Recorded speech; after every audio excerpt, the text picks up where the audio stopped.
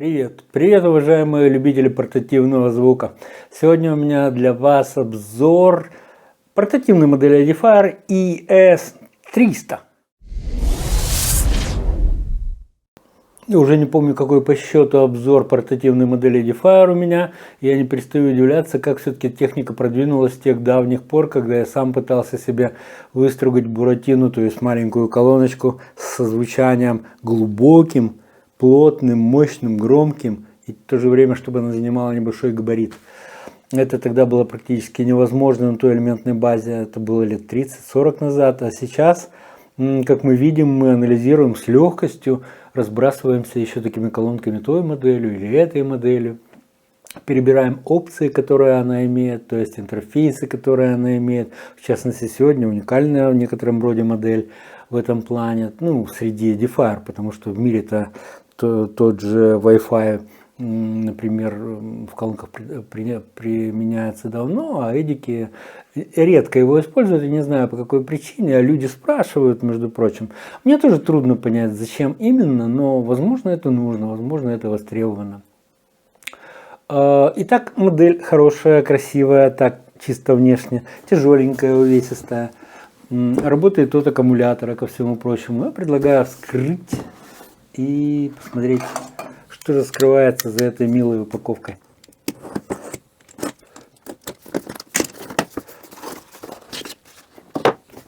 Ну, что скрывается? Ой, такая тяжелая в самом деле. Да, там еще есть, чтобы вы не подумали, что, не дай бог, что-то от вас скрываю. Я не скрываю. Рассмотрим набор аксессуаров.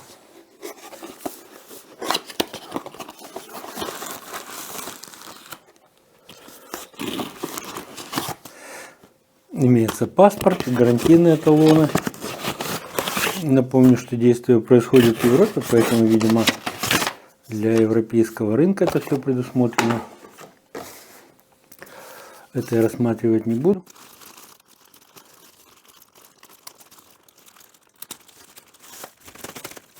А набор кабелей содержит, в общем, ожидаемое достаточно следующее. Это сетевой кабель съемный, это кабель USB и кабель мини-джек на мини-джек 3,5 мм. Обычный набор для вот этих портативных колоночек, которые мы уже рассматриваем не первый раз. Ну что ж, давайте вскроем вот эту. А как иначе? Итак.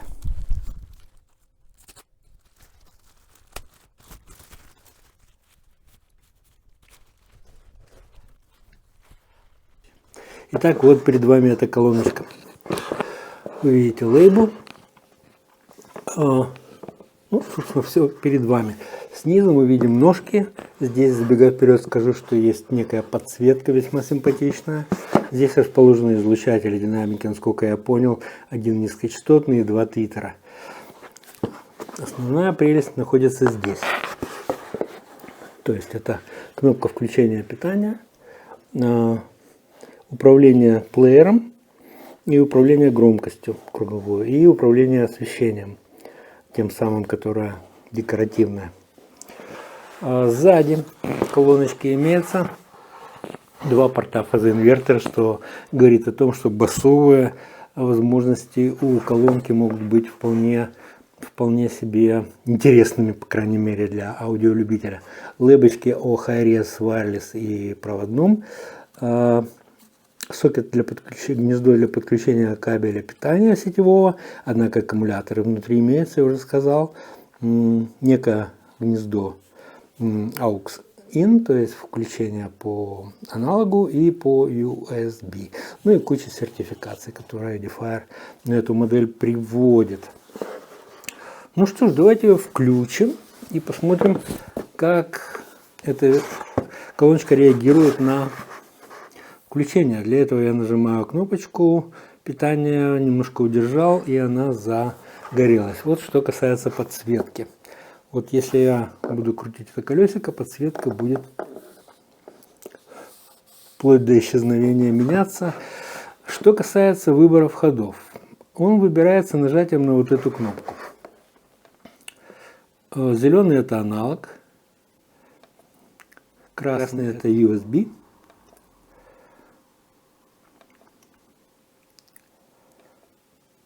и это Bluetooth. Такие дела, дорогие мои. Вот это вот состояние аккумулятора, заряд аккумулятора, можно увидеть, что он как бы Bluetooth ожидает. Видите, подключение. Мы ему подадим аналог, родной аналог, для того, чтобы мы могли насладиться звучанием этой системы. Но сначала давайте посмотрим на сайте производителя, что он заявляет на эту модель.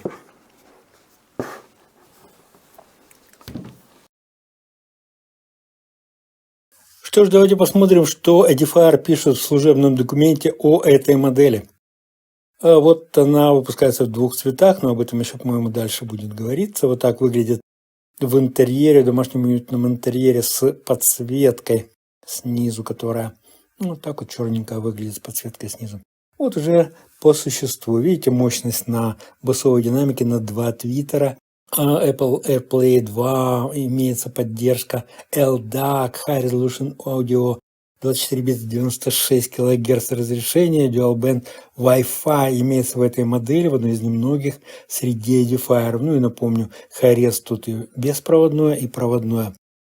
4 дюйма басовый, назовем его так, мид-бас, басовые динамики, 1.25 увеличенного размера твиттеров, то есть стереораздел происходит на уровне твиттеров, который не может быть порезан никак ниже 2 кГц таким размером, я полагаю, то есть стерео база здесь весьма условная, хотя виртуальная, они, возможно, ее и расширили, сделали интересной, это мы послушаем в момент теста.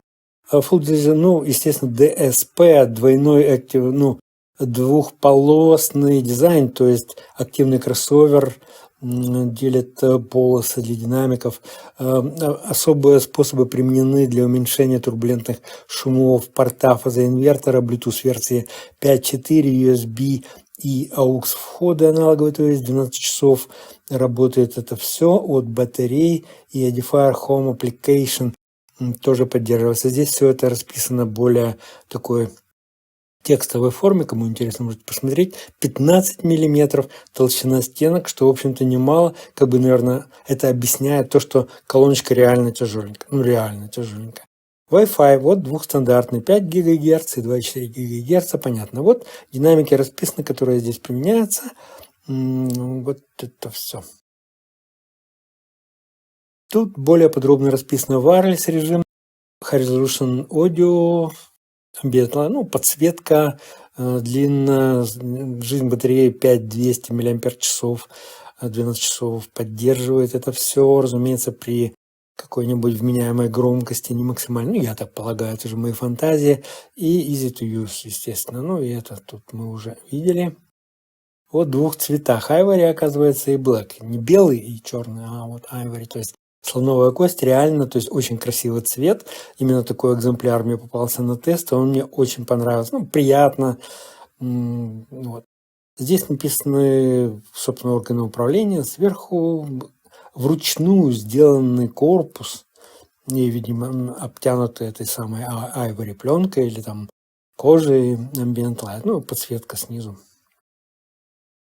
Тут уделяется Apple AirPlay, страничка, кому интересно, кто есть яблоковод, яблоколюб, может почитать здесь для себя более подробно, как это все работает. И здесь продолжается. Вот, кстати, список моделей, которые AirPlay 2 именно поддерживает из моделей Edifier. Здесь нарисовано, как AirPlay организован, то есть через роутер, через Wi-Fi, от источника сигнала, коим может быть все что угодно, я так понимаю, это передается на вот эти модели, среди которых и наша с вами ES300. А здесь про LDAC, это уже для андроидоводов. Кому интересно, тоже может более подробно ознакомиться. И здесь продолжение этого всего, как оно вызывается, как настраивается, и вот список моделей, которые поддерживают этот протокол. Здесь нарисована довольно грустная вещь, которая объясняет, что ни SBS, ни AAC, ни IPTX с максимальной глубиной сэмплирования 16 бит, конечно, не могут сравниться с DAC, который имеет 32-24 при 990 килобит в секунду и 90, ну, и высокого разрешения. Я не знаю, где брать материал, контент высокого разрешения, но поддержка этого всего здесь есть. Я, конечно, сторонник 24 бит, то есть для меня бы IPTX HD или Lossless хватило бы с головой. Кстати, Lossless, походу, вставляет все остальные протоколы здесь. Но это уже отвлечение, а я не специалист в этих цифровых делах, у меня вообще виниловый проигрыватель. Здесь вы видите комплектность и габариты коробки, параметры упаковки. Вот сравнительная таблица, в которой я мало что понял, потому что это сравнивается и с Marshall, и с AirPulse, и с Edifier, который мы рассматривали в другом обзоре. Что здесь выделено синим цветом, что белым, я тоже не очень хорошо понимаю. Очевидно, что некоторые акустические системы имеют какие-то преференции, некоторые сильны в чем-то одном, некоторые в чем-то другом. Если уже они представлены как конкурентные, то, очевидно, и могут конкурировать друг с другом. Меня больше интересуют возможности, которые интересовали бы меня от акустической системы, вовсе не как она будет в сравнении с какими-то другими. Это вот прогресс нарисован. Сначала было D12, потом D32, который мы уже рассматривали с вами, ES300, и вот потом еще будет или есть уже S300.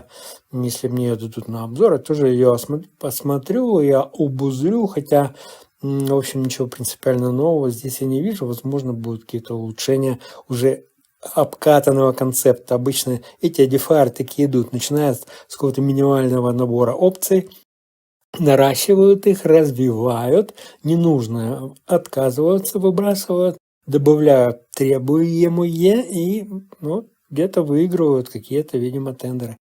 Да, вот и все. Patient for Sound со страстью в звуке. Ну, а теперь давайте послушаем, как на этом сокровище звучат барабаны и мой старый набор трека, для того, чтобы можно было потом сравнить это с другими акустическими системами подобного класса. Для озорства я снял АЧХ в позиции записи музыкального теста, но без участия порта и на дефолтных пресетах.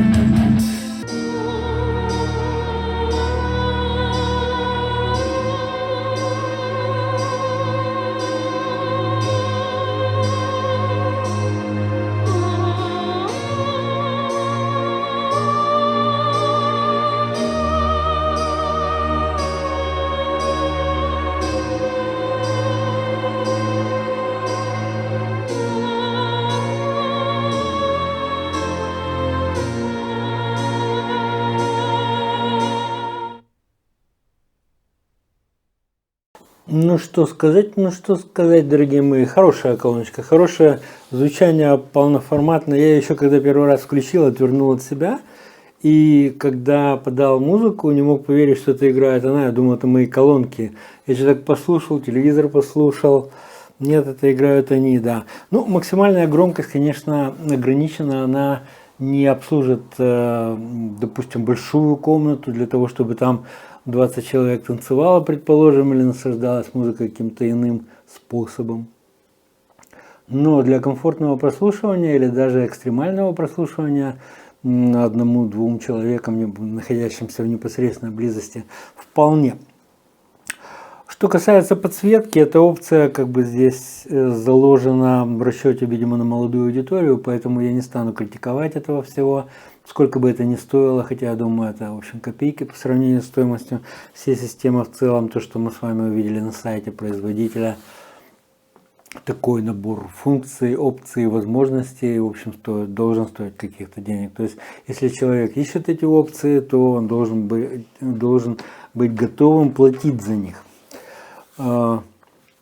Аккумулятор, опять же, то есть, не хочу говорить, зачем это может понадобиться. К сожалению, время сейчас такое, что иногда, кое-где, у нас порой это нужно. Удобное, доступное управление. Прекрасное покрытие, ну, кожзам, очевидно, однако мне он очень нравится тактильно и внешне. Тяжело было снимать, несмотря на пастельный цвет, тяжело было снимать, любая лампа пересвечивала iPhone, все, я не мог снимать толком, и прошу простить, если вдруг вам показалось. Вот видите, выключается свет, если надо, даже через перчатку я могу управлять этим сенсорным регулятором освещенности. Таким образом, не скажу, что я рекомендую прямо эту модель, есть много других моделей, есть наушники, есть филармония, куда лучше ходить, чтобы наслаждаться, так сказать. Но буду рад, если этот обзор вам понадобился. За всем прощаюсь, auf Wiedersehen, дорогие мои.